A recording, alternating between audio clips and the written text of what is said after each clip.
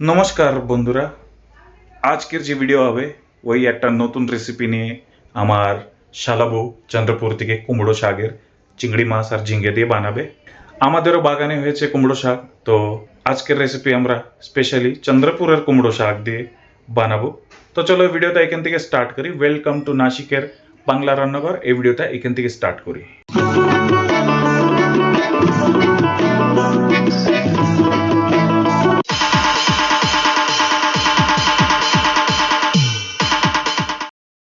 এই যে এটা আমাদের কুমড়ো গাছের খেতি। এখানে ফুলও হয়েছে দেখো। হ্যাঁ, আর ওই কোন ফুল? ওই কুমড়োর ফুল এটা? না না, আর একটা নীলের মতন একটা পুজোয় দেয়, ওই এইটা পুজোয় দেয়, দেখো। এটা হলো শিব ঠাকুরের নীলকণ্ঠ ফুল। থাক থাক, খুলে ও তুলে নয়। তো এই হবে কি কুমড়ো শাক দিয়ে আজকে কিছু? না, আজকে রান্না করব না। দেখ, কাজ করো, নিকিতা মানে ওই ঝিঙ্গে না, হ্যাঁ ঝিঙ্গে আর চিংড়ি মাছ বলতেছিল। তো ওকে বল আজকে ভিডিও বানা, চন্দ্রপুরের থেকে বানাকো, ওকে বলো ভিডিও বানাতে। তো চলো আজকে তোলা হবে না, দেখি নিকিতা কেমন কি বানায়, নতুন একটা রেসিপি। তো মাছ তো হয়নি না কুমড়ো? না এই কর। কুমড়ো শাক বেশি হয়নি, বৃষ্টিতে মরে গেছে। আচ্ছা, না একটু ছিল, ফুল টুল আছে। হ্যাঁ, তো আমরা পরে খাবো। যাক, ওই নিকিতা বলছিল কি আমি করব, তো ওকে বলছি ভিডিও বানাতে। এই আমার বৌমা চন্দ্রপুরের, তো আমি ওখানে আমার একটা বৌমা আছে, ওর বৌদি, ওকে বলেছি যে একটু চিংড়ি মাছ দিয়ে একটু কুমড়ো শাক, ওখানে সব কিছু পাওয়া যায়। আর ওখানে ছোট বাংলার মতনই লাগে সব কিছু, মানে বাংলা যা যা পাওয়া যায় ওখানেও তাই পাওয়া যায়। বলেছি যে একটু মানে শাকটা করতে। হ্যাঁ, আর এই যে আমরা চন্দ্রপুরে যখন যাই তো সব কিছু, আমি তো মাছ, আমার তো মাছ মাংস আমি খাই না। এরা গেলে এদের জন্য মানে অনেক বলে না, ছোট কলকাতা তাজা মাছ পাওয়া যায়, সবকিছু। তো ঠিক আছে, তো চলো দেখি কেমন কি বানায় নিকিতা। খাওয়া তো খাতে, হ্যাঁ আমরা তো খাতে তো পারবো না, দেখি কেমন কি। হ্যাঁ আমাদের হোক, তারপরে বানাই। চলো ঠিক আছে। নমস্কার বন্ধুরা, আমার নাম নিকিতা। আমি তো অত বাংলা বলতে পারি, মতলব শুদ্ধ বাংলা বলতে পারি না, আমরা নর্মাল বাঙালি বলি। তা আপনারা অত মাইন্ড করবেন না, কথা ধরবেন না, ঠিক আছে? তা আমি আজকে ভেবেছি, অনেকদিন থেকে কুমড়ো শাক খেতে ইচ্ছা করছিল। আমার শাশুড়ি মারও খুব ভালো লাগে, আমারও খুব ভালো লাগে। তা বাজারে গেছি, দেখি তাজা তাজা ফ্রেশ কুমড়ো শাক ছিল। তা আমি নিয়ে আসলাম এক হাঁটি কুমড়ো শাক কিনে নিয়ে আসলাম। ঘরে কিছু শুকনো চিংড়ি মাছ আছে, তাহলে সেটা দিয়ে আমি কুমড়ো শাক বানাবো। কুমড়ো শাক আর কুমড়ো শাকের ভিতরে একটু ঝিঙে দেবো, তাহলে ঝিঙে দিলে কি টেস্টটা অনেক ভালো লাগে। আপনি অন্য কিছু দিয়েও বানাবেন, ঝিঙে যেরকম কি ধুন্দুল, ওইসব আপনারা জানেন, বাঙালি যারা আছেন সেটা জানেন। ঠিক আছে, তাহলে আমি এখন এই যে শাকগুলো নিয়ে এসেছি, এগুলো আমি কাটছি। পয়লা আমি পাতা আলাদা বের করতেছি, ডাঁটাগুলো আলাদা করেছি। এখন আমি শাকগুলো কাটবো।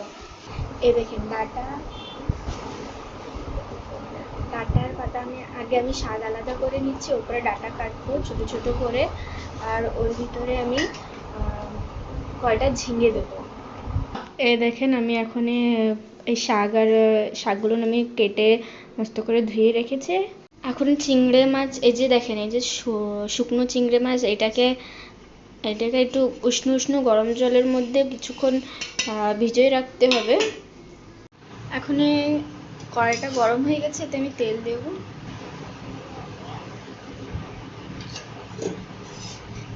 অল্প একটু সামান্য মতন একটু তেল দিতে হবে। তেলটা গরম হয়ে গেছে, ওর ভিতরে যে চিংড়ি মাছগুলো আমি ভিজিয়ে রেখেছিলাম সেইগুলো একটুখানি হালকা ফ্রাই করে নিতে হবে।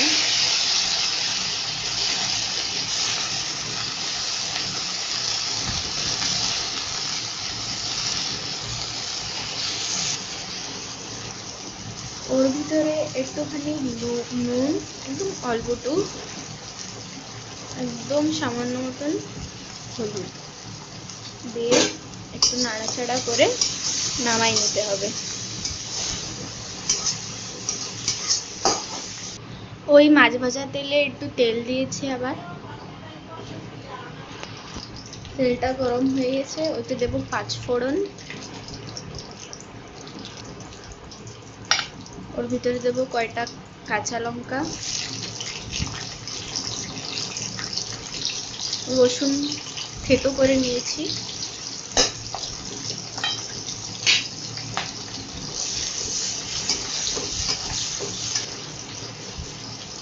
একটুখানি হলুদ আর একটুখানি লবণ,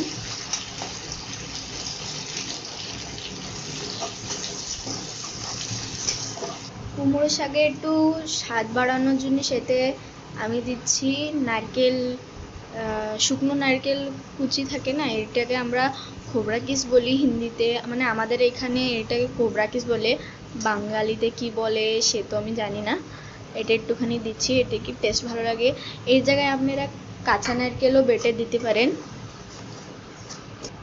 একটুখানি ভাজা হয়ে গেলে সের ভিতরে এখন আমি দেব শাক,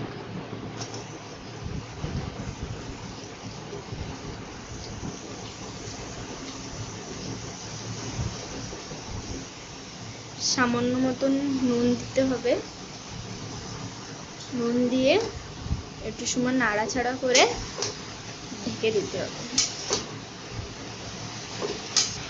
শাক একটু বেশি হয়ে গেছে, আমার কড়াইটা ধরতেছে না, সেই জন্য এখন শাকটাকে আমরা ঢেকে রাখবো কিছুক্ষণের জন্য, সেদ্ধ হবে।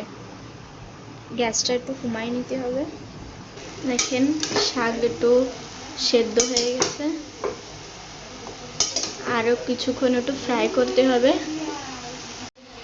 শাক সেদ্ধ হয়ে গেছে, এটা এখন একটুখানি সাধারণ মতন হলুদ দিতে হবে।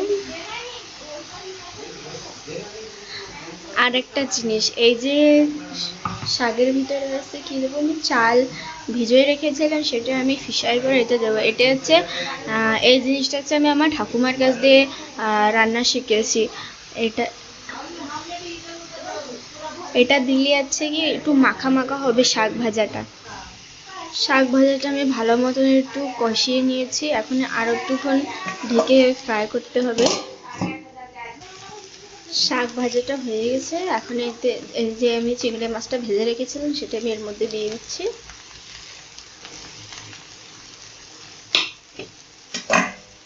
একটুখানি নাড়ায়,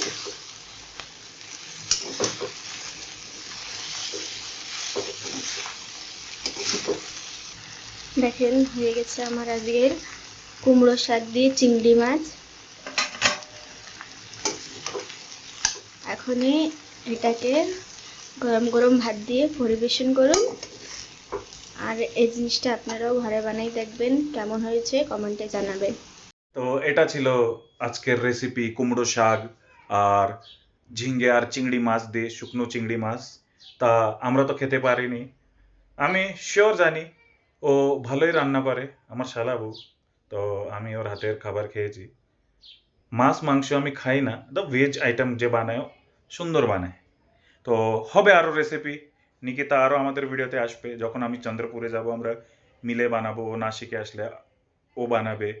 আমরা অনেক মানে এরম রান্না করার কিছু মানে এক্সপেরিমেন্ট করে কিছু খাওয়া দাওয়ার অনেক আমরা শৌখিন। তো এখন তো এটা তো ছিল বাংলার রেসিপি, আমরা অন্য অন্য রেসিপিও বানায় খাই।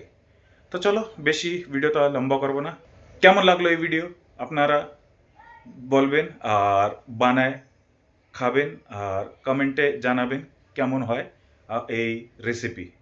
তো লাইক করবেন, শেয়ার করবেন আর সাবস্ক্রাইব করবেন।